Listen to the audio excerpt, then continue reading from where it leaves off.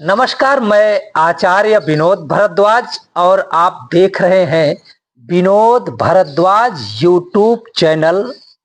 और आज हमारे साथ में राज पुरोहित गर्गाचार्य जी महाराज हमारे आश्रम में पधारे हुए। आपने इन्हें इन्हें अनेक टेलीविजन पे डिबेट के माध्यम से, धार्मिक शो के माध्यम से, एस्ट्रोलॉजी के माध्यम से देखा होगा। इनकी कही एक एक बातें सत्य होती हैं। आज ये मेरे आश्रम में खुद चल के आए, आतिथ्य निश्चित रूप से मेरा स्वीकार किए, इसके लिए इनका बहुत बहुत धन्यवाद। लेकिन हमारे आश्रम में आए तो हमने इनसे निवेदन किया कि आचार्य जी एक आशीर्वाद हमारे दर्शकों को भी दें, और यह आशीर्वाद ब्रह्म मुहूर्त का होगा, क्योंकि शास्त्रों में ब्रह्म मुहूर्त के बारे में बहुत बड़ी विवेचना है। ब्रह्म मुहूर्त से अपने जीवन को कैसे सुधारा जा सकता है, ब्रह्म मुहूर्त के कौन कौन से उपाय हैं, ब्रह्म मुहूर्त के कौन कौन से मंत्र हैं, इन सब विषयों पे बात करेंगे। लेकिन आइए सबसे पहले स्वागत करते हैं राज पुरोहित जी का। जी राज पुरोहित। सादर प्रणाम। और आर्य गुरु जी जो है आपके YouTube पे जो दर्शक हैं उन सबको भी बहुत सारा प्यार भरा नमस्कार। और इस सुंदर पवित्र नवरात्रि में आप लोग जो है आनंद ले ही रहे हैं। आज पावन सानिध्य हमारे जो गुरु जी हैं उनका प्राप्त हुआ है और आप सब दर्शकों के बीच वार्ता करने का एक अवसर भी प्राप्त हुआ है। विषय कोई भी हो, धार्मिक हो या फिर सामाजिक हो या किसी भी प्रकार के कोई तथ्यात्मक स्थिति हो, हमेशा आचार्य, संत, महापुरुष सब उस पर विचार करके समाज को दिशा देने का प्रयास करते हैं।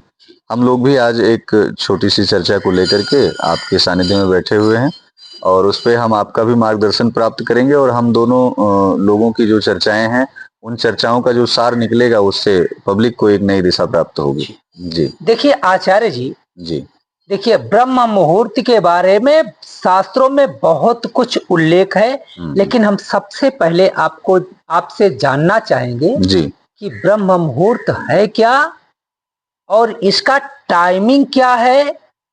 इस विषय में आप कुछ प्रकाश डालें, क्योंकि ब्रह्म मुहूर्त के बारे में बहुत सारी भ्रांतियां हैं, इसे आप क्लियर करें। जी। ततः प्रातः समुत्थाय, जैसे कोई भी कार्य हम लोग करते हैं तो उसमें निरंतरता बनी हो।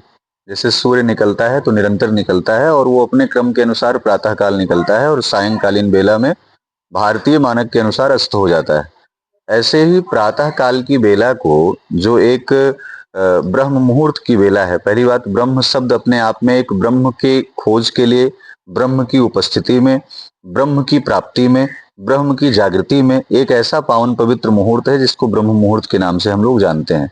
हम कोई भी काम करते हैं तो एक अच्छा मुहूर्त तलाशते हैं जिसमें प्रहर भी हैं और प्रहर के साथ साथ उसमें मुहूर्तों की अपनी अलग अलग जो है वो विशेषताएं बतलाई गई हैं।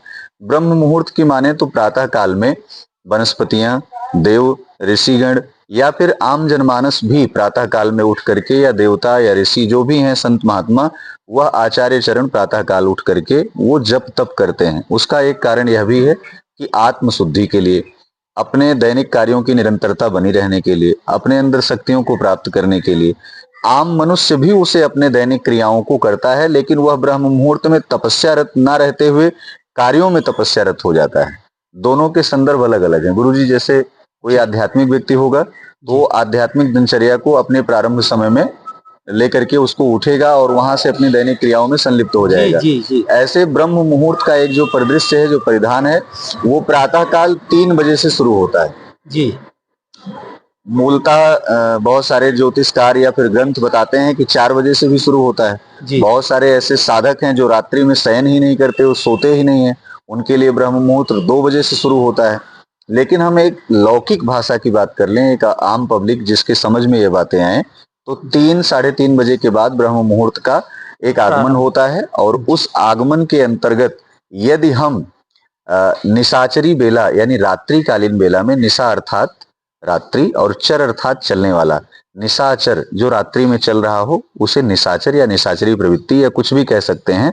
निशाचरी प्रवृत्ति राक्षसी प्रवृत्ति से भी संलिप्त हो सकती है और दैवीय प्रवृत्ति से भी संलिप्त हो सकती है। वस्तुतः अवस्था कैसी चल रही है इस पर अलग अलग विषय हैं। ब्रह्म मुहूर्त के संदर्भ में 3:30 बजे प्रातःकाल आप उठें, उठ करके उस समय चिंतन करें। चिंतन जब आप करें तो उस समय जो रेडिएशन है, जो तरंग है, क्योंकि उस समय सूर्य और चंद्रमा ये दोनों एक विलुप्त गति की तरफ होते हैं। चंद्रमा धीरे धीरे ढल रहा होता है और सूर्य का आगमन 2 घंटे 3 घंटे के बाद होने वाला होता है। तो एक ऐसा संयोग जैसे गोधूली वेला होती है, उस समय न सूर्य न चंद्र, किसी की उपस्थिति नहीं होती। ऐसे ही प्रातःकाल ब्रह्म मुहूर्त की एक बेला है जिस समय तारे उस समय अपना देदीप्यमान पूरे आभा मंडल को, आकाश मंडल को कर रहे होते हैं।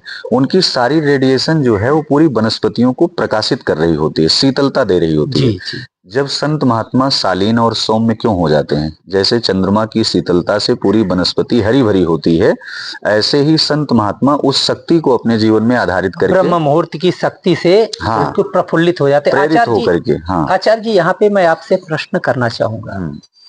देखिए, ब्रह्म मुहूर्त का गायन सारे ग्रंथों ने गाया है जी, ऋषि मुनियों ने गाया है, हमारे पूर्वजों ने गाया है और हमारे पहले के जो भी श्रेष्ठ जन हैं उन्होंने भी गाया। बिल्कुल जी। और गाया क्यों है? क्योंकि स्वास्थ्य की दृष्टि से, धन की दृष्टि से, सामाजिक दृष्टि से ब्रह्म मुहूर्त को सर्वश्रेष्ठ कहा गया है।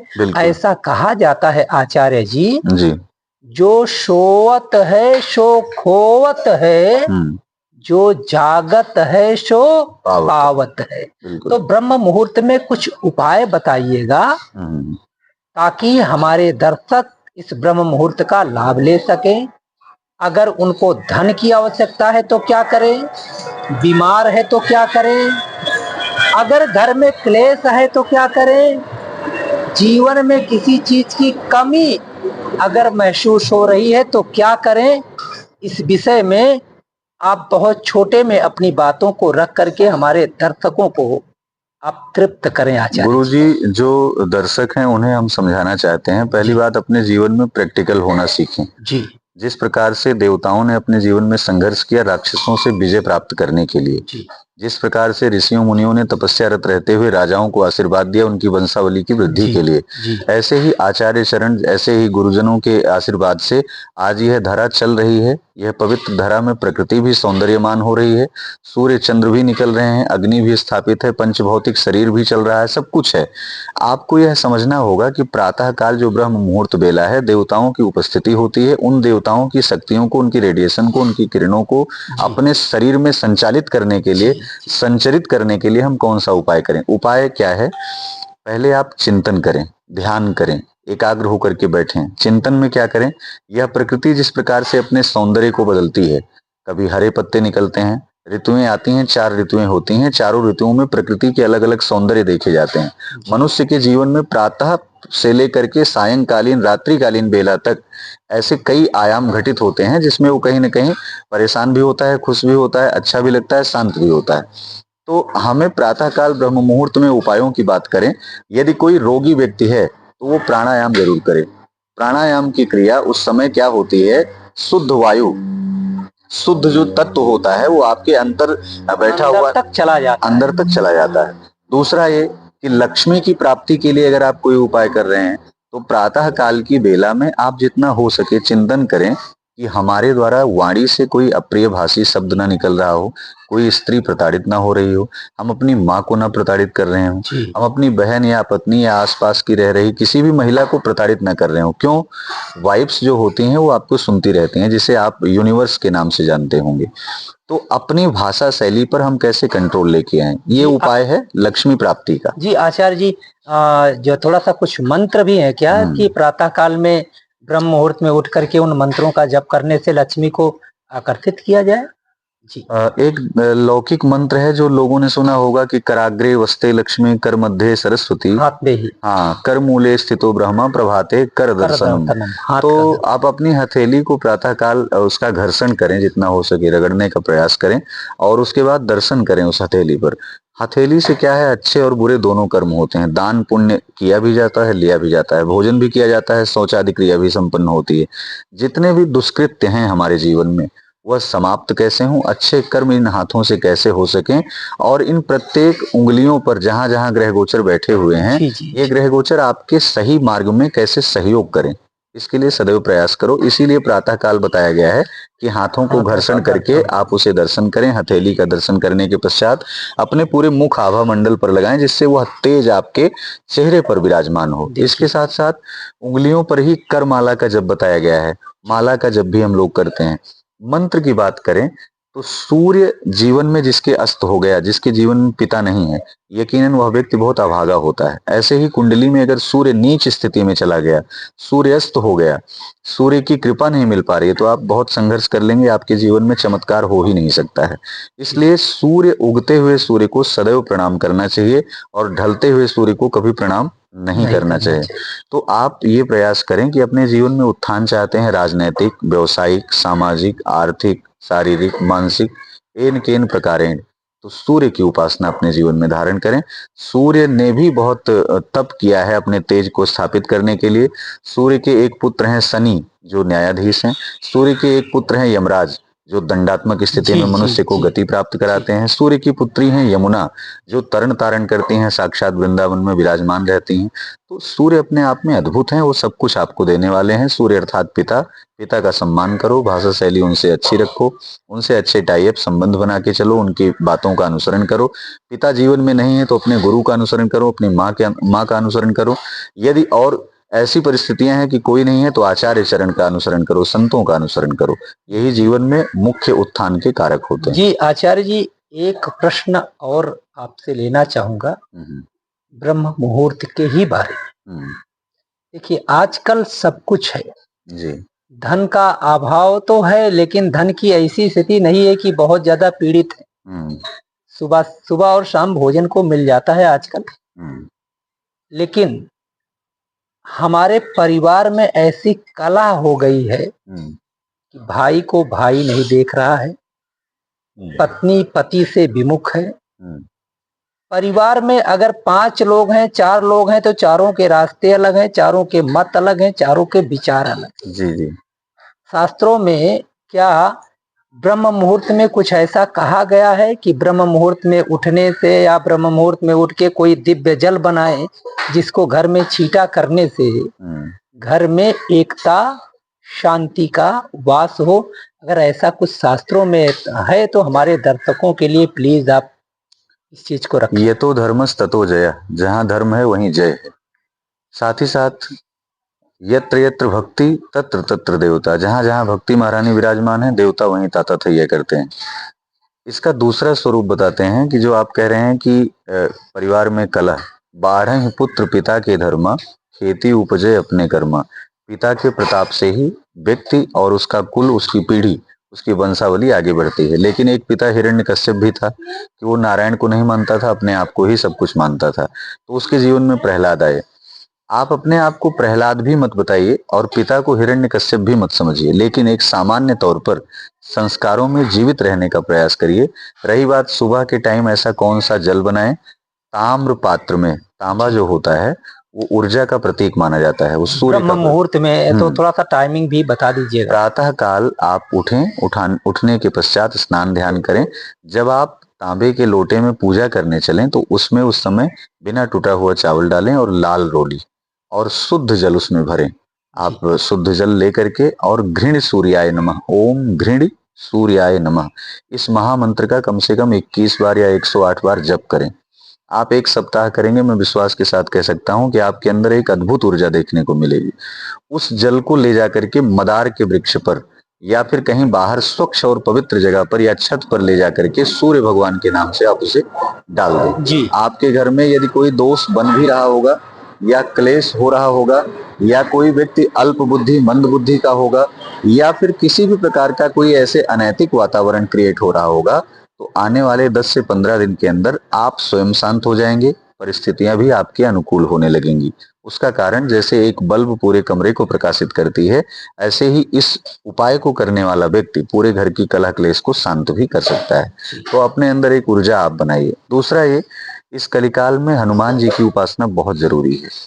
ये हनुमान जी प्रत्यक्ष देवता हैं, चिरंजीवी हैं। हनुमान जी की उपासना करने से जय जय जय हनुमान गोसाई, कृपा करहु गुरुदेव की नाही। और एक बात है कि कवन सु काज कठिन जग माही, जो नहीं हो तात तुम पाही। तो हनुमान जी की कृपा से कुछ भी यहाँ वंचित नहीं है। जब वो सजीवन बूटी ला सकते हैं, जब वो लक्ष्मण जी के लिए ला करके सजीवन बूटी से उन्हें पुनः जीवित कर सकते हैं। अब एक बात इसमें और भी आपको बता दें गुरु जी, राम भगवान थे जी, भगवान होते हुए भी जब लक्ष्मण जी को शक्ति लगी जी, तब राम उनको तत्कालिक रूप से नहीं उनको जीवित कर पाए। उसके लिए हनुमान जी जाकर के बूटी लेके आते हैं जी, जी, और सुसेन वैद्य को साथ में ले आते हैं जी। आप एक चीज मान लीजिए, परिस्थितियां आपके द्वारा निर्माण की जा रही हैं तो उसका निष्कर्ष गुरु और संत और आचार्यों की कृपा से निकलेगा। अगर आप कह दें कि कोई चमत्कार होने वाला है तो चमत्कार ऐसे नहीं होगा। आप प्रयास ये करें कि जितना हो सके आचार्यों के, गुरुजनों के बताए गए मार्गों का अनुसरण करें। यही जीवन में एक सिद्धांत बनाइए। आपके माता पिता आपके गुरु हैं, आपके आचार्य आपके गुरु हैं, उनकी सेवा करो, उनके वचनों का पालन करो। जितना हो सके अपने आप को सौम्य, सरल, सहज और शांत बनाने का प्रयास करो। जी आचार्य जी, आपने बहुत सारे उपाय बताए हैं और निश्चित रूप से यह उपाय जो भी हमारे YouTube चैनल पे दर्शक हैं उन्हें निश्चित रूप से प्राप्त होगा। यदि आपको और किसी विषय पे राज पुरोहित मधुर जी से जानना है तो आप हमें सूचित कर सकते हैं। हम इनको खोज करके, क्योंकि इनकी बहुत व्यस्तता है, हम लेके आएंगे। लेकिन आप लोगों से एक निवेदन है, यदि आप हमारे चैनल पे नए हैं, कुल मिला के दर्शकों से हम ये कहना चाहते हैं कि ये बहुत ही अद्भुत जो है और अकल्पनीय अपने आप में, हमारे आश्रम श्रीमद परमहंस आश्रम टीकर माफी के पूर्व और श्रेष्ठ और अपने आप में अद्भुत एक छात्र रहे हैं, वहां से निकले हैं। हम लोग तो बहुत लेट पढ़ने आए। हम आचार्य और गुरु जी के चरणों में सब रह करके, शरण में रह करके हम लोग पले बढ़े हैं, शिक्षित हुए हैं। तो अतिशयोक्त होगा कुछ ज्यादा बोलना। ये तो हमने एक साहस किया है बोलने का और आप लोगों को समझाने का। मेरा सिर्फ ये उद्देश्य है कि आप जो दर्शक हैं वो दर्शक के अंदर क्वालिटी कैसे आए, वो जो सुनना चाह रहे हैं उनकी जीवन की जो समस्याएं वो कैसे शांत हो, हम लोग उस पर विचार विमर्श कर रहे हैं। किसी चमत्कार पर नहीं, किसी भी प्रकार की अफवाह पर नहीं। तो जो दर्शक हैं वो सॉलिड तरीके से इन उपायों को करेंगे तो यकीनन आपको लाभ मिलेगा।